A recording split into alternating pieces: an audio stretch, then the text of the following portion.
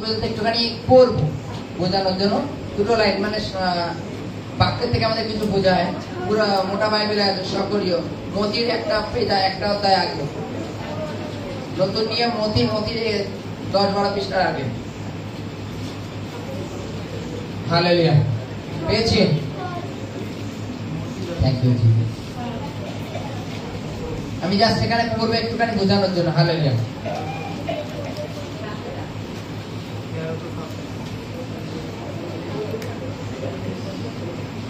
পেয়েছি আমরা? চলো হালেলুয়া।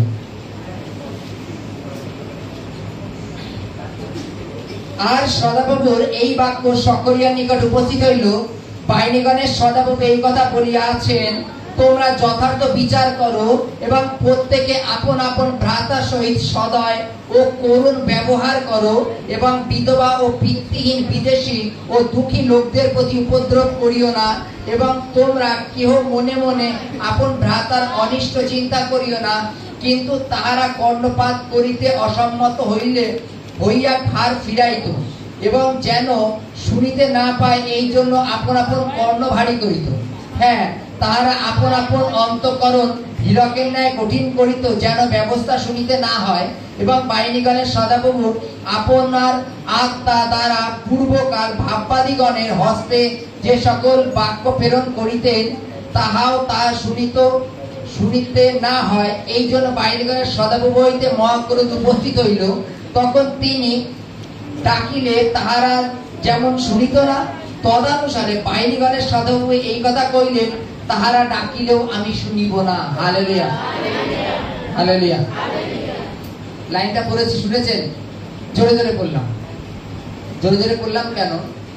এখানে খুব সুন্দর ভাষায় কথা বলছেন যে ঈশ্বর সদাপ্রভুর বাক্য সকলের কাছে যখন উপস্থিত হলো, তিনি বলছেন, খুব সুন্দরভাবে বলছেন যে দেখো যে তোমরা দুঃখীদের উপরে উপদ্রব করো না, বিধবাদের উপরে উপদ্রব করো না, যারা গরিব তাদের উপরে অত্যাচার করো না, যাদের বাবা মা নেই তাদের উপর অত্যাচার করো না, বিভিন্ন ভাবে বলেছেন। এবং কি বলছে? তোমরা কারোর অনিষ্ট চিন্তা করো না। বাইবেলে লেখা আছে যে তাহারা সদাপ্রভুর কথা শুনতো না। হালেলুয়া, সদাপ্রভুর কথা শুনতো না। এবং বাইবেলে লেখা আছে তাদের যেন না শুনতে হয় তার জন্য তারা কি করত? নিজের কানটাকে বন্ধ করে দিত। এরকম চেপে ধরে না, অন্য কোনো ভাবে কানটাকে কি করতো? বন্ধ করে দিত।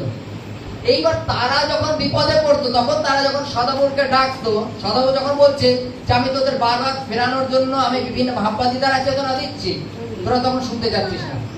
ভালো কথা, কিন্তু তোরা যখন বিপদে পড়বি তখন যখন ডাকবি আমি শুনবো না। হালেলুয়া, তোরা যখন ডাকবি আমি শুনবো না। চল হালেলুয়া। এই লাইনটা আমি কেন বললাম? হালেলুয়া, বাইবেলে লেখা আছে তার আত্মা প্রেরণ না করলে এটা হয় না কোনোদিন। আমি এখানে বসে কিছু না কিছু লিখতে থাকি, জানেন? চল হালেলুয়া। প্রথমত আমরা জানি যে আমরা শুনেছি ছোটবেলা থেকে যে চিত্তগুপ্তের খাতা আছে। আছে তো নাকি? আছে তো নাকি? কারা কারা বিশ্বাস করেন চিত্তগুপ্তের খাতা আছে?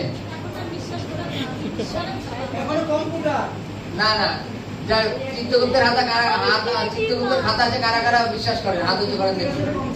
যে আমাদের পাপপুণ্য চিত্রগুপ্ত লেখে, এরকম কেউ বিচার করেন? মানে জানেন? হালেলুয়া।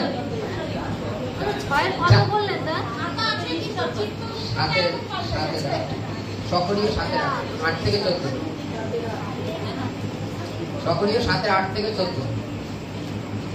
যারা মনে করেন যে চিত্তগুপ্ত আছে, ওটা যখন আমরা প্রভুতে ছিলাম না তখন ছিল, এখন নেই। এখন আমরা জানি চিত্রগুপ্ত বলে কিছু হয় না। হালেলুয়া। এখন ডাইরেক্ট প্রভুই রাখেন। কোনো মাঝখানে কে কি লিখলো, লিখতে গিয়ে খাতা পেন শেষ হয়ে গেল, কালি শেষ হয়ে গেল, এইসব জিনিসটা হয় না। কয়েকটা বিষয়ে এই কারণে বলবো যে, যেমন উদাহরণ, এই প্রার্থনা চলাকালীন